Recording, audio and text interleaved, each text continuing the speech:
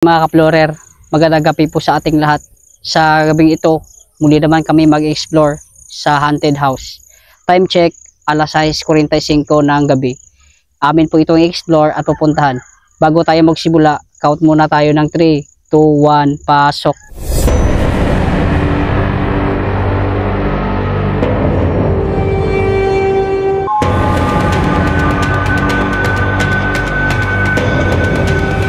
Mga kaplorer, pupuntahan na po natin ang sinasabi nila na haunted house. Ngayon na po, papasokin natin. Let's go now.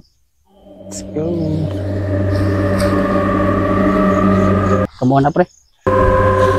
Para makaka-explore. Saan tayo dadaan? Dito ba tayo muna? Pagmasdan nyo itong mga kaplorer, tingnan nyo yung kanyang itsura. Talagang nakaka-creepy. Abandonado na po ito.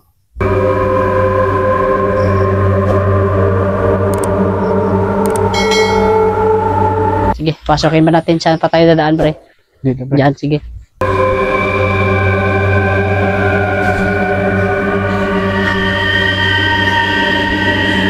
Mataas pre, dandaan lang tayo rito.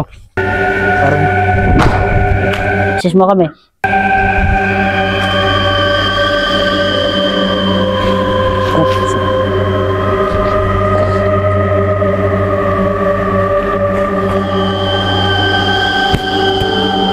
Hindi, patalo na lang ako. Alis ka lang dyan.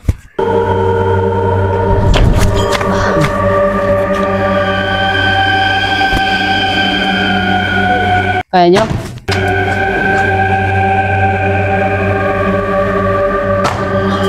Mga kaibigan, ano palang history ng haunted house na ito?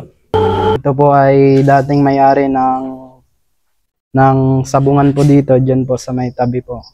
Ito po ay isang bahay ng may-ari ng malaking sabungan po dito sa San Andres. Sige na po, patuloy na tayo pag-explore mga kaibigan. So guys, dati kasi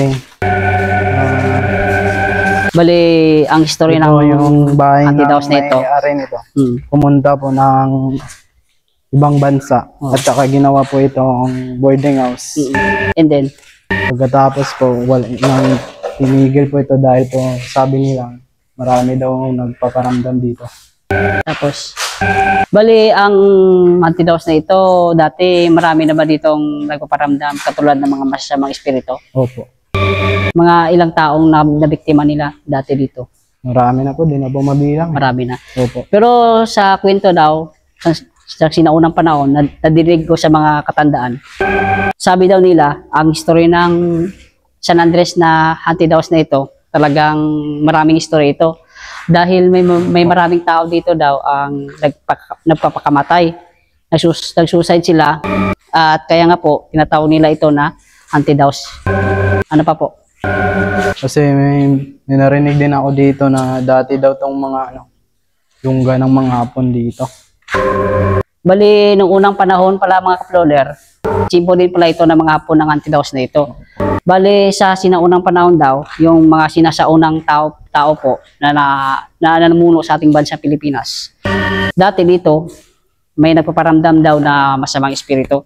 Pero ngayon guys, pinupunta natin ngayon dito para alamin natin kung totoo pa po yung sinasabi nila na meron daw ditong espiritu nagparamdam. Tara na po, tuklasin natin ito. Let's go now. Dito naman po tayo sa labas, meron pa ako kasali dito.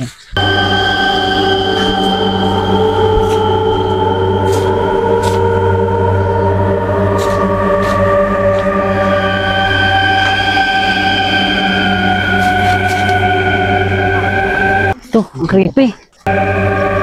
Creepy talaga. Ang creepy talaga. Dito po yung boarding house noon. Dati pala mga kaplorer, ito pala ang boarding house ng may-ari. Dito po nagbo-board ang mga tao na gusto mag-board dito sa kanyang boarding house na White House. Tara na po. Pwede natin pasukin yan? Pwede po. Sige.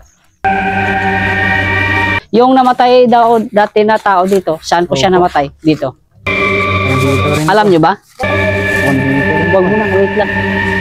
Kasi sabi daw nila may namatay rin dito daw ang babae.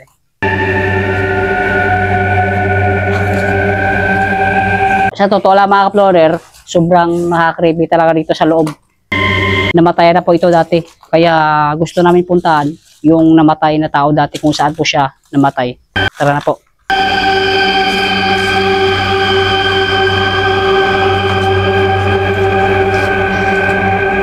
Gagi guys, sobrang creepy guys. Dito po mayroon kaya Sa paligid pa lang, talagang nakakatakot na.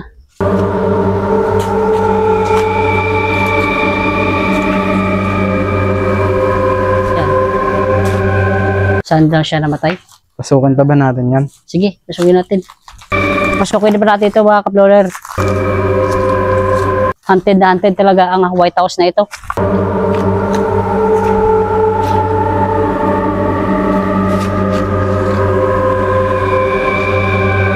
Saan natin makita yung tao dati na namatay dito? Dito Yung po. nagbigti ba? Dito po mismo. Saan siya nagbigti? Dito Yung po. tao dati? Saan? Hindi dito? Po kasi noon may bubong pa po rito. Saan dito? Opo. Bali mga ka-explorer, yung tao dati na nagbigti, dito pala siya nagbigti. Dati, noong unang panahon, may bubong pa dyan. At may tali, dyan po siya nagbigti. Pero sa ngayon, hindi pa nagpaparamdam ang kanyang espiritu. Kaya tutuklasin pa natin to kung totoo ba ang nagpaparamdam siya. Para malaman natin. Pero ngayon, hindi pa ako nakaramdam ng kaba. At hindi pa tumitindig yung balahibo ko. Once na tumitindig na yung balahibo ko, meron na yan, nagpaparamdam dito. Sige na po, pagpatuloy natin na pag-explore. Ingat kayo dyan. May mga tinik. Ito po yung ano.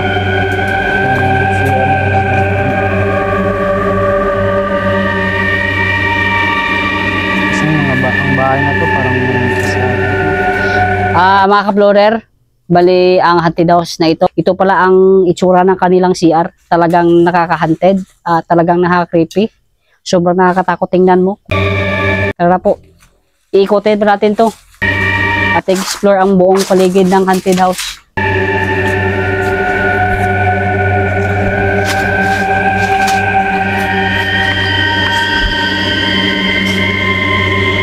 Dito, may namatay na ba dito?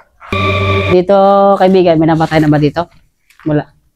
iwan ko po, hindi ko po alam eh. Basta doon parang may namatay na sabi. May namatay na daw doon sabi nila. Bali ang bangkay, hindi po natin makita dahil kinuha na yun nung dati pa, no? Opo. Pero baka mamaya, ba espiritu lang magparamdam sa atin. Kaya hintayin na natin mga ka-explorer kung may magparamdam sa atin. Kung legit ba to. Kasi Pinapawisan ngayon na. pa lang, pinapawisan na kami. Parang mamaya, may nagpaparamdam na sa amin. Natakot na nga yung mga kasama ko eh. Ipapatuloy pa natin to. Tara. Ito.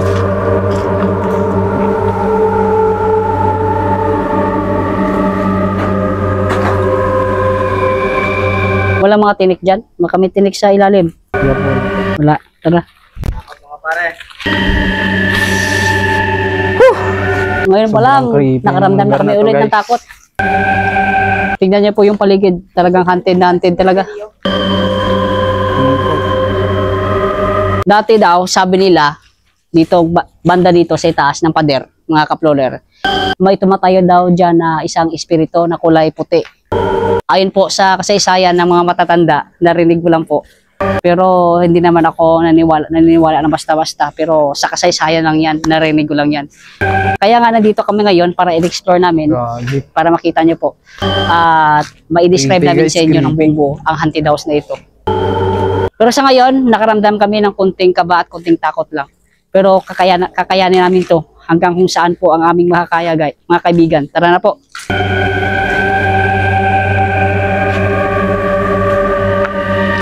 Dito po, mukhang may malaking tunnel po dito. Ito po, may malaking tunnel. Ano dyan? Pasok tayo dyan. Parang balon na malaki. Check Swimming muna pool natin. ata to. Check muna. Check lang muna. Check muna natin to. Mga kaibigan, may tunnel daw dito sa ilalim. Hindi, parang swimming pool. Ah, Swimming pool po. huwag nyo galawin dyan ha. Swimming pool guys. Sige. Kung malalim to guys. Explore natin to at explain sa ating mga kaibigan. So mga ka-explorer, Nakita nyo ba po ang swimming pool na ito dati? Dati sikat po ito dito sa San Andres. Kung nakita nyo po mga ka-explorer. Ang swimming pool pala na ito dati ay may bata pala dito na nalunod at namatay. 3 bata po ang nalunod dito at namatay. Kaya nga nilagyan na lang nila ng mga dahon para maisira ito. Kasi dito sila namatay, dito sa tinuturo ko. Dito ang nangyari na ang pagkamatay nila sa loob ng swimming pool na ito, dito sila nalunod. Kaya caution na ito, danger na po ito. Hindi na tayo dito pwede pumasok mga kaibigan kasi alam nyo, talagang nakakadelikado talaga dito at sobrang creepy. Baka may masamang mangyari sa atin. Kaya po, in-explore na lang namin to ang haunted house na ito kasi sobrang nakakatakot talaga. Kung tingnan nyo po. Kaya nga, tinakpan na po ito kasi may namatay na po dito na bata. Nalunod po siya. Kaya ipapakita ko lang po sa inyo ang kanyang history dito sa swimming pool na ito. Kaya in-history namin para sa inyo at malalaman nyo po. Gaging guys, ayun, nakaramdam na kami ng takot. Kaya mga kaibigan, nakaramdam na rin sila ng takot kasi gabi na. Mag-alas 8 na pala. Tara na po. Balik tayo.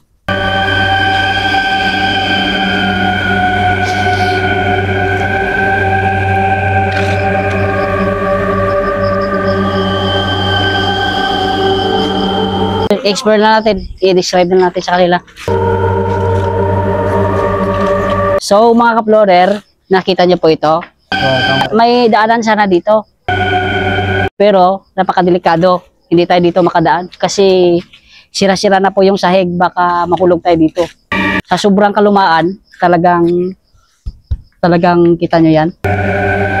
Talagang giba-giba na talaga. Hindi na pwede apakan. Once na umapak tayo dyan, may tendency na makulog tayo sa ilalim at delikado. Kaya po, in-explore na namin to at ipinakita lang sa inyo ang haunted house na ito. Tingnan nyo po. Sobrang nakaka-creepy kung tingnan mga kaibigan. Yung CR nila, sobrang creepy talaga. Tingnan nyo po. Tingnan nyo mga kaibigan kung gaano po ka-creepy yung CR nila dito. Nakakatakot mga kaibigan. Yung mga kasama namin, alam nyo, ngayon nakaramdam na rin po ng takot. Kasi parang may nagpaparamdam na daw, sabi nila. Okay. Yan pa ng Alin. Punta pa natin dyan. Sige, yan mga ka-explorer, tingnan nyo po. Yung haunted na lugar. Sa labasan ito pala ng haunted house na color white. Sobrang nakakatakot talaga. Pagmasdan niyo po, pinapawisan na ako sa sobrang takot. Nakaramdam na ako ngayon ng paninindig ng balahibo. Sa inyo po, naninindig na ba yung balahibo nyo? Medyo naninindig yung balahibo nila. Nakaramdam na rin sila ng takot. Parang may nagpaparamdam na daw, sabi ng kaibigan ko. Ngayon nilang sinabi sa akin na may nagpaparamdam daw sa kanya.